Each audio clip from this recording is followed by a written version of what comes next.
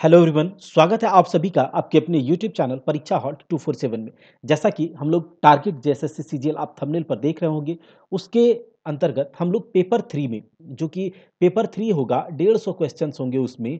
तो उसमें computer awareness का एक सेक्शन है और उसके पूरे सिलेबस को हम लोग इस क्लास में कवर कर रहे हैं। हम लोगों ने क्लास स्टार्ट कर दिया है। जो हमारा पहला क्लास था, उसमें हमने देखा था कि कंप्यूटर का परिचय देखा था, जिसमें कि हम लोगों ने देखा था कंप्यूटर होता क्या है, कंप्यूटर्स की विशेषताएँ क्या हैं, कैरेक्टरिस्टिक्स ऑफ कंप्यूटर देखा था और देखा था कि कंप्यूटर्स के पॉजिटिव्स क्या हैं और कंप्यूटर्स के नेगेटिव्स क्या हैं। तो देखिए, जब हम लोगों ने ये देख लिया तो अब आज के क्लास में हम लोग देखेंगे डेवलपमेंट ऑफ कंप्यूटर्स। देखिए, अभी जिस जिस एज में, अभी जिस एरा में हम लोग हैं, उसे कंप्यूटर एज कहा जाता है। यानी कि जिस डिवाइस के थ्रू आपको हम वीडियो प्रोवाइड करवा रहे हैं, उस लैपटॉप को, उस कंप्यूटर के बारे में अगर आप देखें, और ये जो कंप्यूटर आज हमारे सामने है, क्या जस्ट ऐसे ही आ गया या फिर इसका कुछ इतिहास था? कहीं से शुरुआत हुआ, धीरे-धीरे करके क्या हुआ, ये कंप्यूटर, इस जनरेशन का कंप्यूटर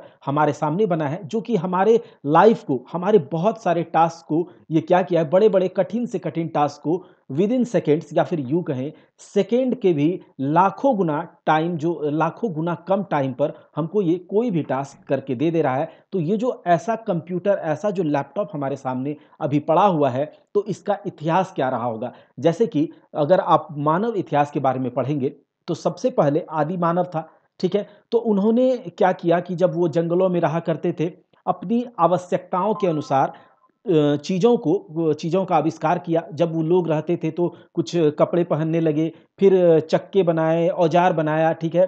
पहियों का आविष्कार किया, आग का आविष्कार किया, तो ऐसे-ऐसे करके, तो ऐसा होता है कि लोगों को, हम लोग जो एक मनुष्य जाति हैं, हम लोग जो मानव जाति हैं, इसे अपने आवश्यकताओं के अनुसार, ये अपने आवश्यकताओं के अनुसार अपने कम्फ़र्ट को खोजने में ये क्या करता है, कुछ ना कुछ अ, खोज लेता है, ठीक है? इन्वेंट कर देता है, ताकि हमारा लाइफ़ क्या हो, वो हमारा लाइफ़ थोड़ा-सा ईज़ी हो जाए। तो वैसे ही क्या है, कंप्यूटर का भी कुछ इतिहास रहा है। लोग जब उस ओर क्या होता है कि आदि मानव से लेकर जब आगे बढ़ रहे थे, तो जैसे ही जैसे सभ्यताओं का विकास हुआ, ठीक है? पूरे वर्ल्ड में जैसे-जैसे सभ्यताओं का विकास हुआ, तो वहाँ पर लोग आदान-प्रदान शुरू किया, खाना-पीना, व्यापार करना शुरू किया। ज़मीन-जगह जो है, ये सब का गणना किया होगा, है ना? लोग मेज़रमेंट करता होगा कुछ, तो ब नापता होगा, तौलता होगा, या फिर कोई चीज़ ऐसा होता होगा जो कि गणना करना पड़ता होगा। तो जबकि पुराने समय में लोग जो है, पुराने समय में लोग कैलकुलेशन के लिए, कैलकुलेट करने के लिए किस चीज़ का यूज़ करते होंगे? सोचिए। उस समय लोग अपनी उँगलियों पर नंबर्स को काउंट करते होंगे, अपने दैनिक दिनचर्या में, डे टू डे लाइफ में, अपनी उँगलियों पर, या फिर कुछ पत्थर के टुकड़ों से, हड्डियों के टुकड़ों से क्या करते थे, वो लोग अपना गणना करते थे, कैलकुलेट करते थे। लेकिन बताइए कि जब बहुत बड़ा-बड़ा नंबर्स को कैलकुलेट करना हो, या फिर कठिन-कठिन संख्याओं को कैलकुलेट करना हो, तो क्या उन उँगलियों पर या फिर पत्थर के टुकड़ों से, हड्डियों के से क्या ये गणना करना संभव था क्या? तो लोगों को इसमें कठिनाई हुई, और कठिनाई ही आगे के, मतलब कुछ आविष्कार को जन्म देता है। जब हमें कुछ कठिनाई होती है, आज अगर आप कठिन समय से गुज़र रहे होंगे, आपको लगता होगा नहीं ये नहीं कर सकते हैं, तो आप क्या करते हैं, कुछ ईज़ीएस्ट वे का खोज कर लेते हैं। यही है डेवलपमेंट। क्या है? यही है डेवलपमेंट। तो कंप्यूटर के डेवलपमेंट को अगर हम देखें, तो 2 पार्ट में इसे बाँटकर पढ़ा जाता है, मैकेनिकल एरा और इलेक्ट्रॉनिक एरा, ठीक है? तो लोग जब शुरुआती दिनों में अपने कैलकुलेशंस के लिए हड्डियों, पत्थर, उँगलियों का इस्तेमाल करते थे, तो क्या हुआ, इंसान यानी कि हम लोगों ने समय के साथ विभिन्न प्रकार के, मतलब अलग-अलग टाइप के कैलकुलेटिंग डिवाइस का आविष्कार करना शुरू किया, ताकि जो लोग हैं, वो बड़ी-बड़ी संख्याओं को, कठिन से कठिन कैलकुलेशन को आसानी से कर सकें। तो इसके लिए अलग-अलग टाइप का जो कैलकुलेटिंग डिवाइस है, जैसे-जैसे बनता गया और कारवां चलता गया, और अभी हमारे पास जो इस जनरेशन का कंप्यूटर सामने पड़ा है, ये उसी का देन है कि लोगों ने सोचा, अपनी कठिनाइयों को ईज़ी करने के लिए आगे बढ़ते गए, और इस तरह का कंप्यूटर हमें मिला।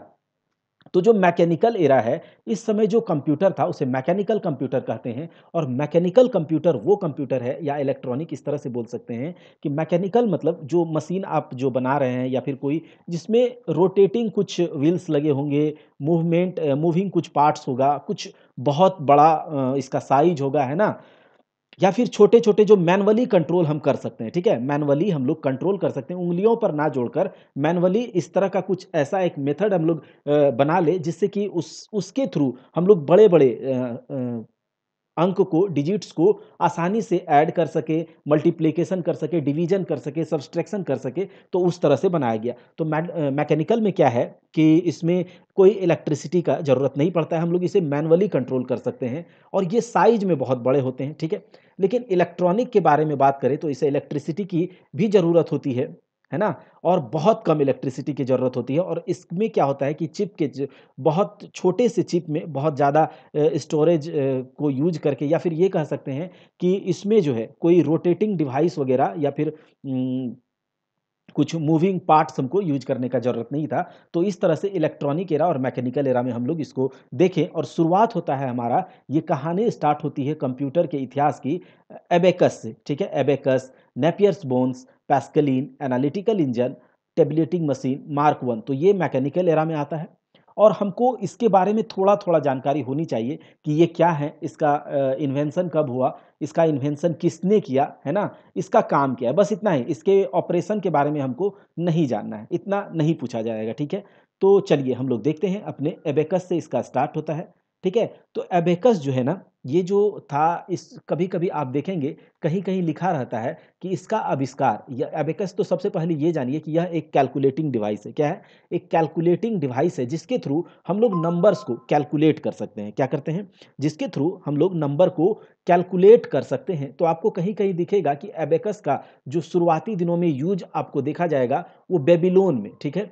बेबीलोन में और आप कहीं देखेंगे कि इसका जो डिस्कवर किया गया था, इसका जो आविष्कार किया गया था, वो 16th सेंचुरी यानी कि 16वीं शताब्दी में चाइना में इसका आविष्कार किया यानी कि चाइना में, चीन में लोगों ने एबेकस के थ्रू कैलकुलेट करना स्टार्ट किया। तो यहाँ पर देखिए, यहाँ पर आप एक एबेकस देख रहे होंगे। यह एक मैकेनिकल डिवाइस की तरह मैकेनिकल कैलकुलेटिंग डिवाइस है, ठीक है? या फिर यह कह सकते हैं कि ऐसा मैकेनिकल डिवाइस जो मैनुअल है, ठीक है? आप हाथों से इसको देखिए ये क्या कर रहा है कि इसमें एक तार इस तरह से तार लगे होते हैं और उन तारों में एक रेक्टेंगुलर टाइप का शेप है और उन तारों में वायर्स में मोती के टुकड़े लगे हुए मोती लगे हुए हैं, ठीक है? तो एबेकस जो है एक आयताकार लकड़ी का एक फ्रेम है जो छड़ का बना होता है, जिसमें विभाजन पट्टी होती है और इसका मुख्य काम होता है जोड़, घटाव, गुणा, भाग, भिन्न, वर्गमूल ये सब आसानी से करने के लिए पुराने समय में लोग इसका यूज़ करते थे और आप देखते होंगे कुछ बच्चों के स्लेट्स में या फिर अभी भी इसका यूज़ कैलकुलेशंस में कभी-कभी किया जाता है, ठीक है? तो एबेकस का आविष्कार जो है कभी-कभी आप देखेंगे 16th सेंचुरी किसी-किसी बुक में लिखा है चाइना में, तो कहीं आपको देखने को मिलेगा कि इसका आविष्कार बेबीलोन में किया गया था। बेबीलोन में लोगों ने इससे सबसे पहले कैलकुलेशन करना शुरू किया था, ठीक है? और अबेकस एक पठन उपकरण है, इसको तो आपने देखा। फिर देखिए, अबेकस जो है एक लैटिन शब्द है, कौन-सा? अबेकस एक लैटिन शब्द है जो कि जिस इसका मूल ग्रीक शब्दों एबॉक्स या अबेकन से आता है, जिसका मतलब होता है टेबल या टेबलेट। तो ये जो है सबसे पहले जो लोगों ने कुछ विभिन्न जो अलग-अलग टाइप के उपकरण बनाए कैलकुलेशंस को आसान करने के लिए, तो सबसे पहले अबेकस आया, कैलकुलेट करने का एक डिवाइस है। एक मैनुअली हम लोग इसको कंट्रोल करते हैं और हाथों से इसके थ्रू आसानी से कैलकुलेट कर सकते हैं। अगला आया नेपियर्स बोन्स, कौन-सा है? नेपियर्स बोन्स, ठीक है? तो देखिए नेपियर्स बोन्स एक मैनुअली ऑपरेटेड कैलकुलेटिंग डिवाइस है मतलब कि यह एक अगर आप हिंदी में हैं तो यह एक गणना करने वाला एक मतलब हाथ से मैनुअल का मतलब ये समझ लीजिए कि हाथों से अपने उसमें कोई मशीन्स का ज़रूरत नहीं पड़ता है। मैनुअली हम लोग इसको यूज़ कर सकते हैं और यह एक कैलकुलेटिंग डिवाइस है जिसको कि क्रिएट किया गया था जॉन नेपियर के द्वारा। स्कॉटलैंड के एक साइंटिस्ट हैं, स्कॉटलैंड के एक साइंटिस्ट जॉन नेपियर के द्वारा नेपियर्स बोन्स का खोज किया गया था, उस आविष्कार किया गया था, ठीक है? कब? 1617 में। नेपियर्स बोन्स जो है एक थ्री डायमेंशनल स्ट्रक्चर हुआ करता था। अभी भी इसका यूज होता है, तो अभी जो मॉडर्न समय में एक बहुत ही बढ़िया, आप जाएँगे मार्केट में नेपियर बोन खरीद के आएँगे तो उसका शेप और साइज़ बहुत अच्छा लगेगा। लेकिन ये देखिए पुराने समय का एक नेपियर्स बोन्स आपको नेपियर बोन देखने को मिल रहा है, ठीक है? नेपियर बोन, और ये नेपियर्स बोन्स आप यहाँ से यूँ समझे कि इसमें क्या होता है, इसमें जो है इस तरह से एक अलग-अलग रॉड लगे होते हैं, ठीक है? बीच-बीच में इस तरह से रॉड होते हैं। यह रॉड हड्डियों से बने होते थे, ठीक है? हाथी के दाँत, इन सबों से यह रॉड को बनाया जाता था। ये देखिए यहाँ पर आप रॉड देखिए, इन रॉड्स पर क्या होता था, बहुत सारे नंबर्स अंकित होते थे और इन नंबर्स के थ्रू हम लोग मल्टीप्लिकेशन कर सकते थे, इसके थ्रू डिवीज़न किया जा सकता था। तो बड़े-बड़े संख्याओं का मल्टीप्लिकेशन, डिवीज़न इसके थ्रू आसानी से किया जाता था, ठीक है? तो इससे क्या हुआ कि लोग को जैसे-जैसे कठिनाई हुई गणना करने में, कैलकुलेट करने में, तो ऐसे-ऐसे चीज़ों का आविष्कार करना शुरू किया। तो नेपियर्स बोन्स, यहाँ से आपको ये याद रखना है कि नेपियर्स बोन्स क्रिएट करने वाले कौन थे? स्कॉटलैंड के जॉन नेपियर, 1617 में इसका आविष्कार हुआ था। अब यहाँ से शुरुआत होता है, 1617 में एक थ्री डायमेंशनल स्ट्रक्चर है और उनमें जो रॉड्स होते हैं, उस पे नंबर्स अंकित होते हैं 0 से लेकर 9 तक, और जो टेक्नोलॉजी इस नेपियर बोन में कैलकुलेट करने के लिए यूज़ किया जाता है, उसे कहा जाता है रैप्डोलॉजिया, ठीक है? रैप्डोलॉजिया। और इसमें जो रॉड्स लगे होते हैं, यहाँ पर आप बोल सकते हैं कि ये जो छड़ होता है, ये हाथी के दाँत के या हड्डी किसी मेटल से बने होते थे और उस पर नेम, मतलब उस पर क्या होता था कि नंबर्स अंकित होते थे 0 से लेके 9 तक, और यह मल्टीप्लिकेशन और डिवीज़न को क्या करता था, परफ़ॉर्म करवाता था। तो नेपियर्स बोन ये हो गया। अगला देखिए पैस्कलिन, ठीक है? पैस्कलिन। तो जो पैस्कलिन है, इसे कहा जाता है कि दुनिया का पहला मैकेनिकल कैलकुलेटिंग डिवाइस, दुनिया का पहला मैकेनिकल कैलकुलेटिंग डिवाइस है, ठीक है?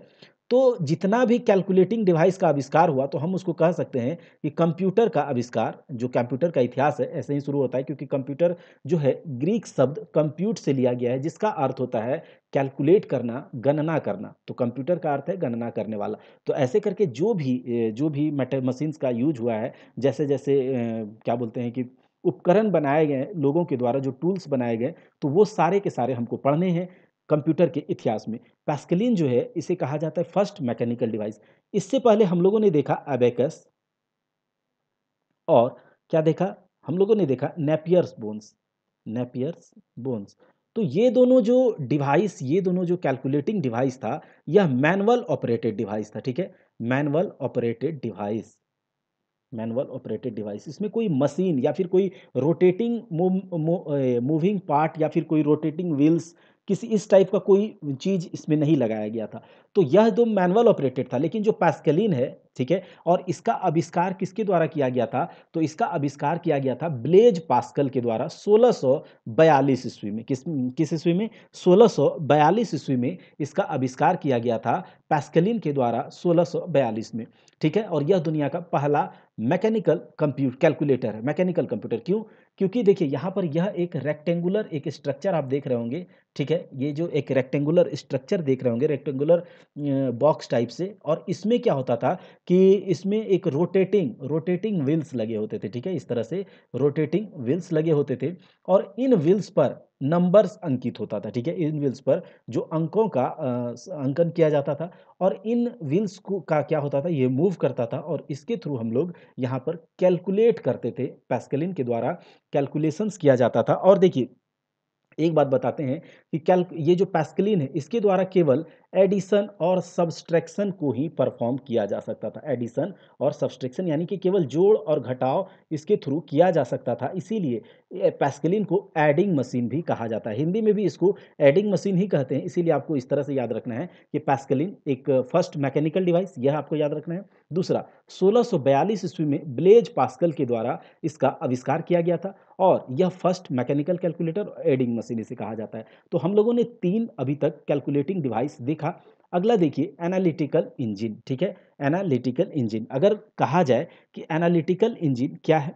तो देखिए चार्ल्स बैबेज का नाम आपने सुना होगा, जिसे कि फादर ऑफ मॉडर्न कंप्यूटर्स भी कहा जाता है। यानी कि आधुनिक कंप्यूटर्स का जनक अगर किसी को कहा जाता है, तो वह कहा जाता है किसे? चार्ल्स बैबेज को, ठीक है? तो चार्ल्स बैबेज साहब ने 1822, एनालिटिकल इंजन से पहले एक कैलकुलेटिंग डिवाइस के बारे में हम लोग बात करते हैं 1822 में, ठीक है? तो जो 1822 ईस्वी में चार्ल्स बैबेज के द्वारा एक डिफरेंस इंजन का आविष्कार किया गया था। डिफरेंस इंजन, इससे आपको याद रखना है कैलकुलेट करने के लिए, ठीक है? कैलकुलेट करने के लिए डिफरेंस इंजन का आविष्कार किया था। और वो जो डिफरेंस इंजन होता था ना, तो वो भाप से चलता था, ठीक है? भाप से।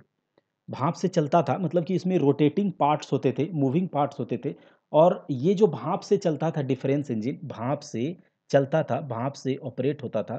तो इसको कहते थे हम लोग, ये जो है मैकेनिकली कंप्यूटर कह सकते हैं, ठीक है? मैकेनिकल कंप्यूटर जो कि कैलकुलेट, यह भी एक कैलकुलेटिंग डिवाइस ही था, ठीक है? डिफरेंस इंजन भी एक कैलकुलेटिंग डिवाइस ही था और इसका काम होता था कैलकुलेशंस को परफॉर्म करना, ठीक है? कैलकुलेशंस को परफॉर्म करना। किसने किया था इसका आविष्कार? डिफरेंस इंजन का 1822 में किया था चार्ल्स बैबेज ने। चार्ल्स बैबेज ने ही 1842 ईस्वी में, चार्ल्स बैबेज ने ही 1842 ईस्वी में एनालिटिकल इंजन का खोज किया, ठीक है? चार्ल्स बैबेज ने ही 1842 ईस्वी में एनालिटिकल इंजन का खोज किया। और अगर आपसे कोई पूछे कि एनालिटिकल इंजन जो, या फिर यह कहे कि फर्स्ट जनरल पर्पज कंप्यूटर कौन सा है, पहला दुनिया का पहला जनरल पर्पज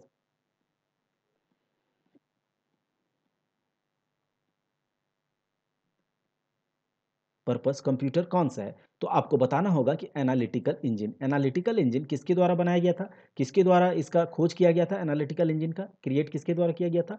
तो चार्ल्स बैबेज साहब के द्वारा 1842 ईस्वी में। और इसका काम होता था किसी भी तरह का कैलकुलेशन, बड़ा से बड़ा कैलकुलेशन, जोड़ घटाव गुना भाग, सब इसके द्वारा किया जा सकता था एनालिटिकल इंजन के। यह भी एक कैलकुलेटिंग डिवाइस है, लेकिन यह जनरल पर्पज कंप्यूटर इसीलिए है क्योंकि यह एक मैकेनिकल कंप्यूटर था, ठीक है? मैकेनिकल कंप्यूटर था, ठीक है? मैकेनिकल कंप्यूटर क्यों? मैकेनिकल कंप्यूटर यह क्यों था?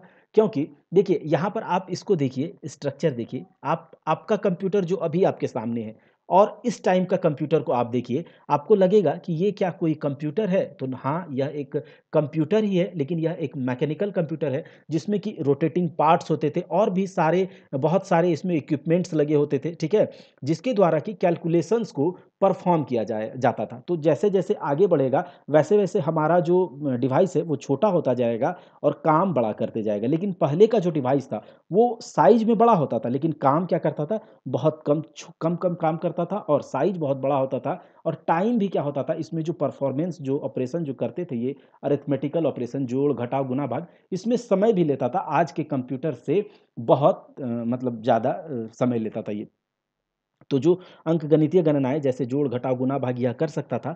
और इसमें अगर आपसे इसमें अगर इसके बारे में थोड़ा-सा अगर जानकारी दें, तो एनालिटिकल इंजन में 4 पार्ट होते थे, ठीक है? एनालिटिकल इंजन के ये क्या बोलते हैं कि 1 मिनट इसको हटा देते हैं। हाँ, एनालिटिकल इंजन के 4 पार्ट होते थे। उसका नाम इस तरह से आप कह सकते हैं कि इसमें होता था मिल, ठीक है?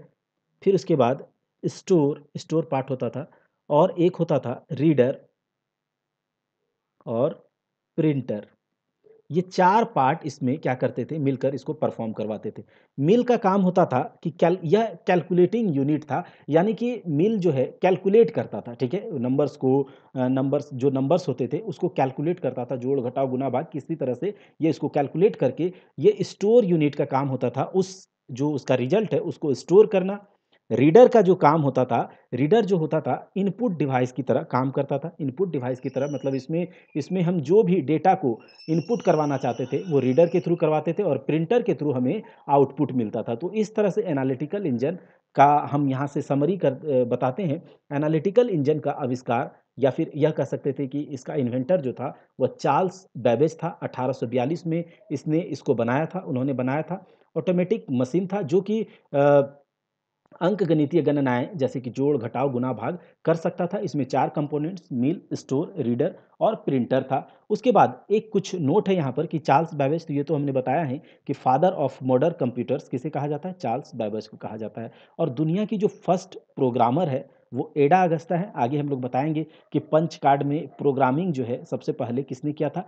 एडा अगस्ता ने किया था। चलिए, अब हम लोग देखते हैं टैब्यूलेटिंग मशीन। तो जो टैब्यूलेटिंग मशीन आप यहाँ पर देख पा रहे होंगे, यह भी एक कैलकुलेटिंग डिवाइस ही था, ठीक है?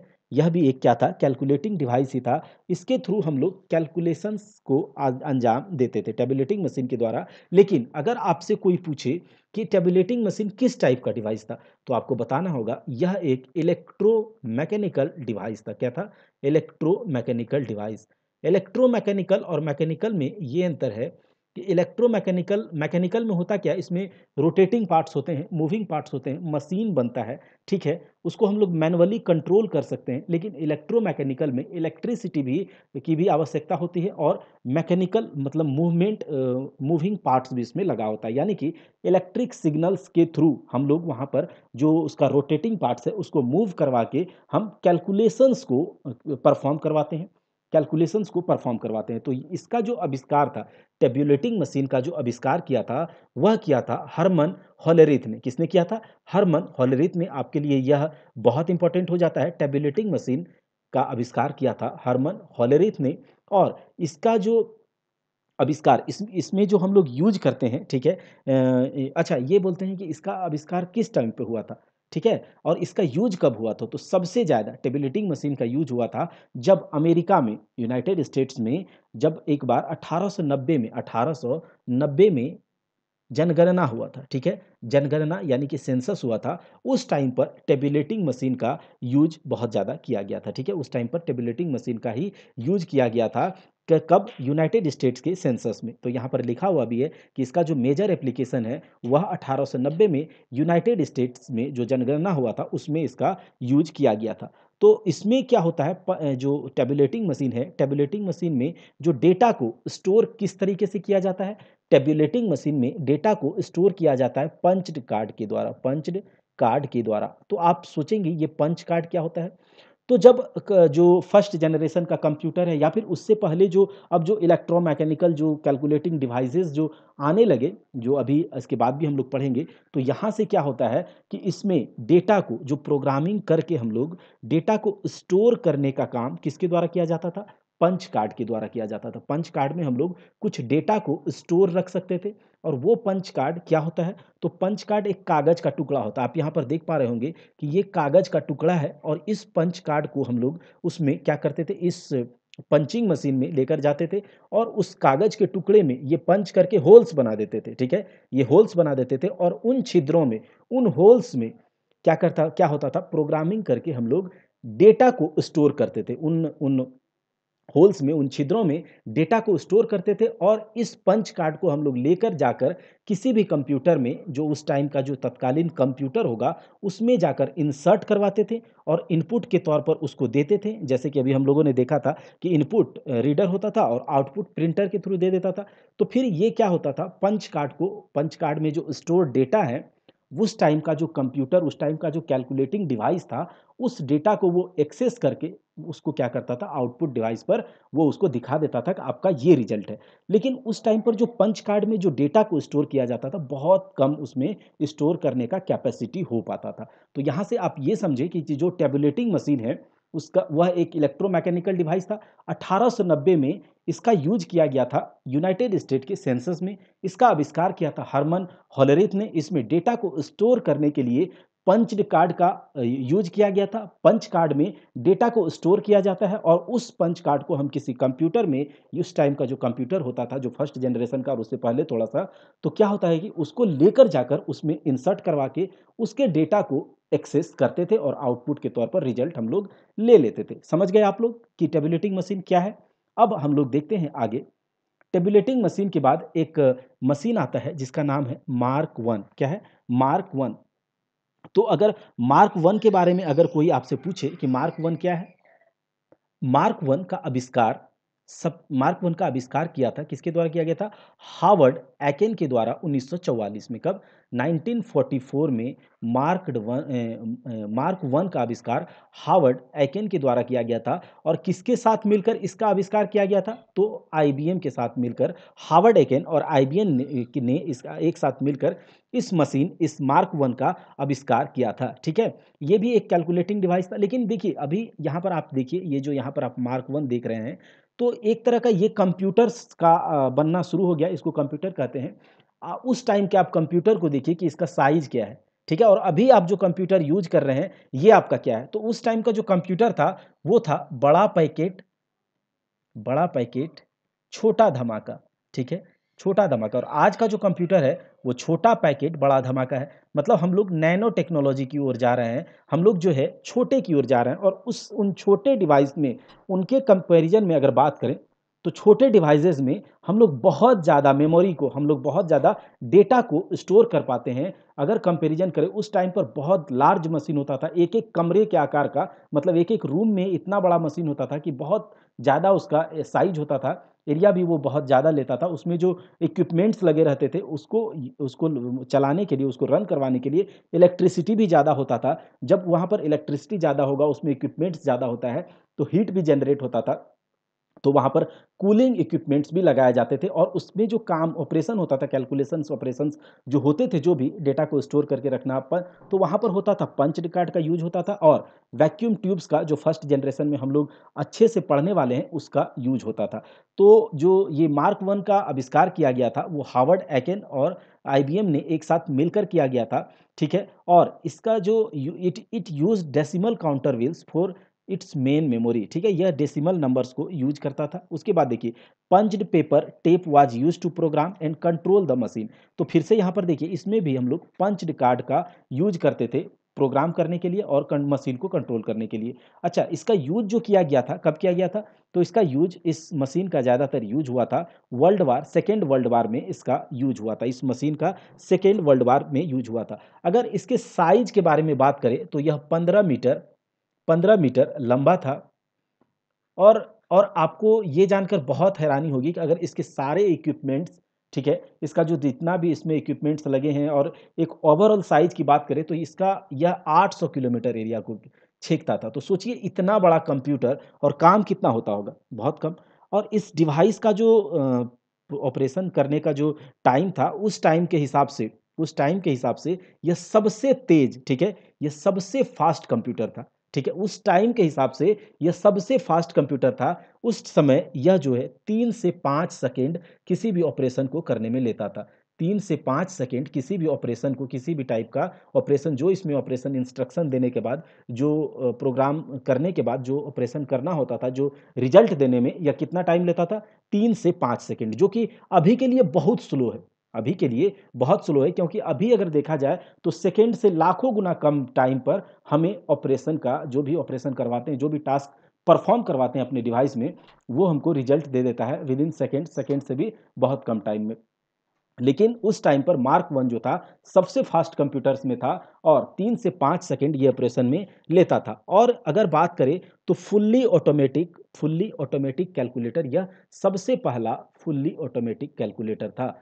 फुल्ली ऑटोमेटिक कैलकुलेटर कौन सा था? Mark one. तो इतना हम लोगों ने देखा मैकेनिकल एरा के बारे में, मतलब मैकेनिकल कंप्यूटर्स का जो एक एज था, जिस समय की एक रोटेटिंग पार्ट होता था उस डिवाइसेस में, एक मूविंग पार्ट्स होता था, और उन मूविंग पार्ट्स को चलाने के लिए या तो हम लोग उसको मैनुअली कंट्रोल करते थे, या इलेक्ट्रिसिटी की ज़रूरत होती थी, ठीक है? इलेक्ट्रिसिटी की ज़रूरत होती थी, और साइज़ जो होता था, बहुत बड़ा होता था। उस साइज़ के बड़ा होने में, उसमें बहुत सारे इक्विपमेंट्स लगते थे। उन इक्विपमेंट्स को चलाने के लिए इसमें इलेक्ट्रिसिटी की भी बहुत ज़रूरत होती थी। तो ये सब हम लोगों ने देखा। अब हम लोग देखेंगे, इलेक्ट्रॉनिक एरा में आते हैं, ठीक है? इलेक्ट्रॉनिक एरा में, तो इलेक्ट्रॉनिक एरा में जो सबसे पहला कंप्यूटर, हम लोग जब फर्स्ट जनरेशन का कंप्यूटर पढ़ेंगे, तो वहाँ भी हम लोग इसके बारे में अच्छे से देखेंगे कि क्या होता है ये। सबसे पहले हम लोग देखेंगे ENIAC। ENIAC का जो आपसे ये पूछा जा सकता है, ENIAC क्या है? तो ENIAC का फुल फॉर्म पूछा जा सकता है, electronic numerical integrator and calculator. मतलब ये भी अभी क्या है? एक कैलकुलेटिंग डिवाइस ही है, ठीक है? और यहाँ पर देखिए, ENIAC का एक आपके पास एक फ़ोटो देखिए, ENIAC का दिया हुआ है। इसका साइज़ को आप देखिए, कितना ज़्यादा इसमें इक्विपमेंट्स लगे हुए हैं, कितने डिवाइसेज़ होंगे। और इन सारे डिवाइसेज़ को चलाने के लिए, ठीक है? इन सारे इक्विपमेंट्स, डिवाइसेज़ को चलाने के लिए इलेक्ट्रिसिटी का भी ज़्यादा ज़रूरत होता था। इसका जो इसमें जो इलेक्ट्रिसिटी होता था, ह्यूज इलेक्ट्रिसिटी यूज़ होता था। क्यों? क्योंकि इतने डिवाइसेज़ हैं, तो इसमें हीट भी जनरेट होगा, इलेक्ट्रिसिटी हो हीट भी जनरेट होगा, कूलिंग इक्विपमेंट्स भी लगेंगे, तो इसमें इलेक्ट्रिसिटी इसीलिए ज़रूरत होता था। वैसे भी अगर इतने बड़े साइज़ को अगर रन करवाना है तो इलेक्ट्रिसिटी की ज़रूरत तो पड़ेगी ही, है ना?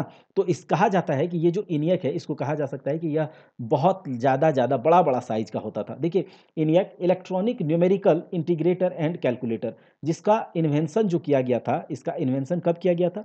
तो देखिए, इसका इन्वेंशन जो किया था, किसके गाइडेंस में किया गया था? JW मॉसली, ठीक है? और ये एकर्ट आप कह सकते हैं। तो ये यहाँ पर यह कह सकते हैं, ENIAC का जो आविष्कार किया गया था, मॉसली मॉसली और एकर्ट, ठीक है? एकर्ट के गाइडेंस में, और कहाँ पर किया गया था? तो यूनिवर्सिटी ऑफ पेनिनसिल्वेनिया में किया गया था, ठीक है? इसको डेवलप किया गया था यूनिवर्सिटी ऑफ पेनिनसिल्वेनिया में, ठीक है? और किसके गाइडेंस में? तो JW मॉसली और जे प्रिस्पर एकर्ट के गाइडेंस में। उसके बाद देखिए, जो ENIAC है, इसको कहा जाता है, यहाँ पर आप इस तरह से समझिए कि यह फर्स्ट दुनिया का फर्स्ट इलेक्ट्रॉनिक कंप्यूटर था, ठीक है? इलेक्ट्रॉनिक एरा में हम लोग ENIAC को सबसे पहले पढ़ते हैं। दुनिया का पहला फर्स्ट इलेक्ट्रॉनिक कंप्यूटर ENIAC, ठीक है? जिसको इन्वेंट किया गया था 1946 में। जिसको इन्वेंट किया गया था 1946 में, दुनिया का पहला फर्स्ट इलेक्ट्रॉनिक कंप्यूटर 1946 में इसका आविष्कार किया गया था। और हाँ, एक बात आपको बता दें इसके बारे में, जो आपसे एग्जाम में पूछा जा सकता है कि ये जो ENIAC है, ENIAC जो है, इसका यूज़ केवल लैब में ही किया गया था। जो लोग इसको बनाए थे, वहीं पर इसका परफॉर्मेंस देखा गया था, तो केवल इसका यूज़ लेवल केवल लैब में ही किया गया था, ठीक है? आप यहाँ पर ये कह सकते हैं, ओनली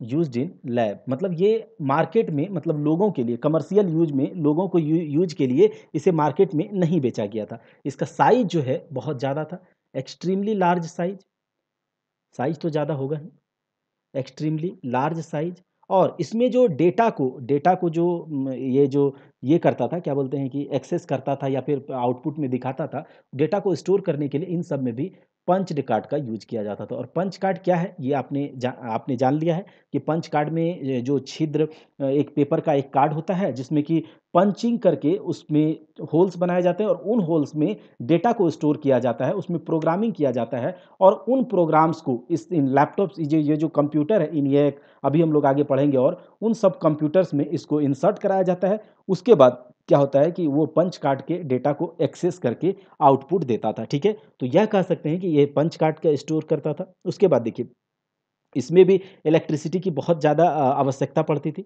इसमें भी इलेक्ट्रिसिटी की बहुत ज़्यादा आवश्यकता पड़ती थी। तो ये ENIAC हुआ। अगर इसका एप्लीकेशन हम लोग देखें, तो इसका एप्लीकेशन था कि फर्स्ट इलेक्ट्रॉनिक डिजिटल कंप्यूटर था यह। और इसका यूज़ जो किया जाता था वेदर फोरकास्टिंग में, और किसी साइंटिफिक पर्पस के लिए इसको यूज़ किया जाता। तो ENIAC के अगर आपसे फुल फॉर्म कोई पूछे, ठीक है, जो कि ENIAC का आपसे फुल फॉर्म पूछा जा सकता है, तो ENIAC का फुल फॉर्म है electronic numerical integrator and calculator, यानी कि यह भी एक कैलकुलेटिंग डिवाइस है। और इसको जो जिस वैज्ञानिक ने के गाइडेंस में इसको इन्वेंट किया गया था, उसका नाम था JP एकर्ट और जॉन मॉसली, ठीक है? JP एकर्ट और जॉन मॉसली। अगला हम लोग देखते हैं EDVAC, ठीक है? तो केवल आप यहाँ से ये समझिए कि ENIAC के बाद आया EDVAC, ठीक है? ENIAC के बाद क्या आया? EDVAC आया। और EDVAC जो था, जो ENIAC कंप्यूटर था, यहाँ से ये समझिए कि ENIAC कंप्यूटर्स में जो कि उसके प्रोग्राम में एक बार जब प्रोग्राम उसमें कर दिया गया, तो उसके प्रोग्राम में परिवर्तन करना थोड़ा-सा टफ था, ठीक है? उसके प्रोग्राम में परिवर्तन करना थोड़ा टफ था, कठिन था। इसी कठिनाई से निपटने के लिए, क्योंकि हमने पहले ही आपको बताया कि जो कठिनाई है वो आविष्कार को जन्म देता है। तो जब ENIAC में प्रोग्राम को जो उसमें प्रोग्राम एक बार सेट हो गया, तो उसको उसमें परिवर्तन करना कठिन था, टफ था। तो उसके लिए, उसी कठिनाई को दूर करने के लिए जो है, एक साइंटिस्ट थे वॉन न्यूमैन, ठीक है? याद रखिएगा इसका नाम, वॉन न्यूमैन। और इसने EDVAC कंप्यूटर का खोज किया, ठीक है? इसने EDVAC कंप्यूटर का खोज किया, और ये जो EDVAC कंप्यूटर था, यह बाइनरी सिस्टम पर काम करता था, ठीक है? यह जो EDVAC कंप्यूटर था, एक बार इसको, EDVAC कंप्यूटर था, यह बाइनरी सिस्टम पर काम करता था। और जो ENIAC वह डेसिमल डेसिमल नंबर्स पे काम करता था, और यह बाइनरी सिस्टम पे काम करता था। और इसको जो प्रोग्राम किया गया था, इसको जो बनाया गया था, ठीक है, तो यह हुआ था, स्टोर्ड प्रोग्राम कंप्यूटर था, ठीक है, stored program computer. Stored program computer. तो देखिए ENIAC में जो भी उसका जो लिमिटेशंस था, उसका जो ड्रॉबैक्स था, उसको ख़त्म करने के लिए वॉन न्यूमैन ने क्या किया, इडवैक का खोज किया। और अगर इडवैक के बारे में आपसे यही पूछा जा सकता है कि इडवैक का फुल फॉर्म क्या है, तो इडवैक का फुल फॉर्म होता है electronic discrete variable automatic computer, ठीक है? Electronic discrete variable automatic computer, ये हो गया इडवैक। अब हम लोग देखते हैं, एक होता है UNIVAC, universal automatic computer. Universal automatic computer, देखिए ये जो यूनिवैक है, यूनिवर्सल ऑटोमेटिक कंप्यूटर, इसका इन्वेंशन किया गया था 1951 में। कब? 1951 में। और इसका जो इन्वेंशन किया था, इन्वेंशन फिर से वही जे जेपी जेपी ये एकर्ट जेपी एकर्ट और जेडब्ल्यू मॉसली ने इसका इन्वेंशन किया था, जिसका इन्वेंशन किसने किया था? इनियक का इन्वेंशन जिसने किया था जेपी एकर्ट और जेडब्ल्यू मॉसली ने किया था। उन्हीं दोनों साइंटिस्ट ने यूनिवैक का भी आविष्कार 1951 में किया था, 1951 में। और 1951 से पहले एक कंप्यूटर जिसका नाम है बाइनेक, ठीक है? जिसका नाम है बाइनेक कह सकते हैं या फिर बिनाक कह सकते हैं। बाइनरी इसका जो फुल फॉर्म होता है, बाइनरी ऑटोमेटिक कंप्यूटर, बाइनरी। आप केवल ये जो लेक्चर है इसको आप केवल सुने, ठीक है? आपके लिए केवल सुनकर ही आप इसके सवाल को लगा सकते हैं, binary automatic computer, binary automatic computer. और इसका जो आविष्कार किया गया था वह 1949 में, किसके द्वारा? तो ये एकर्ट और मॉसली के द्वारा, एकर्ट और मॉसली के द्वारा। और इनियक का भी आविष्कार यही दोनों साइंटिस्ट के द्वारा किया गया था, ठीक है? इनियक का भी आविष्कार यही दोनों साइंटिस्ट के द्वारा किया गया था। अब बात आती है कि जो इनियक कंप्यूटर था, इसे केवल और केवल लैब में यूज किया गया था, मार्केट में इसे अवेलेबल नहीं कराया गया था कमर्शियल यूज के लिए। लेकिन यूनिवैक और बाइनेक को मार्केट में कमर्शियली यूज के लिए, लोगों के कमर्शियली यूज के लिए इसे क्या कराया गया था, अवेलेबल कराया गया था। तो अगर कभी आपसे पूछे कि कौन सा पहला कंप्यूटर कमर्शियली मार्केट में अवेलेबल आपको कराया गया था, ठीक है, तो वो था यूनिवैक। कहीं कहीं पर आप देखेंगे कि बाइनेक भी है, लेकिन क्या है कि जब बाइनेक को मार्केट में जब अवेलेबल कराया गया था, तो इसका जो है, इसको लोगों ने कम खरीदा था या कम पसंद किया था, कुछ लिमिटेशंस होंगे। तो उसके बाद क्या है कि यही एकर्ट और मॉसली साहब ने यूनिवैक का आविष्कार किया और यह बहुत वाइड लेवल पे, ब्रॉड लेवल पर मार्केट में इसको कमर्शियली अवेलेबल कराया गया और लोगों के द्वारा पसंद भी किया गया यूनिवैक को। तो यूनिवैक का जो फुल फॉर्म है यूनिवर्सल ऑटोमेटिक कंप्यूटर, 1951 में जेपी एकर्ट और जेडब्ल्यू मॉसली साहब के द्वारा इसका खोज किया गया था। तो ये जो है यूनिवैक के बारे में। बाइनेक कंप्यूटर उसी से पहले 1949 में किसने खोज किया था? एकर्ट और मॉसली ने। इनियक को भी इन्होंने ही किया था। तो ये इनके फुल फॉर्म पूछे जाएंगे। ये कब इसका आविष्कार किया गया था, इसमें कौन कौन सा ये यूज होता था, तो आपको पीडीएफ प्रोवाइड करा दिया जाएगा, आप वहां से एक बार देख लीजिएगा और उसके बाद इसे केवल सुन लीजिए आराम से, आपको सारा का सारा याद हो जाएगा। तो उस टाइम का जो कंप्यूटर था, ठीक है, जो यहाँ तक हम लोगों ने देखा कि कैसे कंप्यूटर्स का अभी ये डेवलपमेंट हुआ। पहले हम लोगों ने देखा एबेकस, नेपियर्स बोन्स, उसके बाद पैस्कलिन एनालिटिकल इंजन। तो ऐसे ऐसे करके जैसे जैसे कठिनाई हुई, तो थोड़ा कठिनाई हुआ, उस कठिनाई को दूर करने के लिए अगला कुछ आविष्कार हुआ, उसमें कुछ कठिनाई हुआ, उस कठिनाई को दूर करने के लिए फिर से कुछ अगला आविष्कार हुआ। तो ऐसे ऐसे करके अभी हमारे सामने जो जिस जनरेशन का जो जो एकदम लेटेस्ट जनरेशन का जो कंप्यूटर हमारे सामने है, यही सबसे लेटेस्ट है। मतलब अब इसके आगे नैनो टेक्नोलॉजी में हम लोग जा भी चुके हैं। तो ऐसे करके और भी आविष्कार होंगे। तो पहले क्या था, टाइम जो था, ये जो ऑपरेशन करने में जो कंप्यूटर्स होते थे, जो साइज इसका बहुत ज़्यादा होता था, और जो साइज होता था बहुत ज़्यादा, तो हीट जनरेट होता था उसके लिए, क्योंकि उसमें इक्विपमेंट्स बहुत सारे लगते थे, वैक्यूम ट्यूब्स लगते थे, तो पंच कार्ड डेटा को स्टोर करने में यूज किया जाता था। ये सारे कुछ बातें हैं।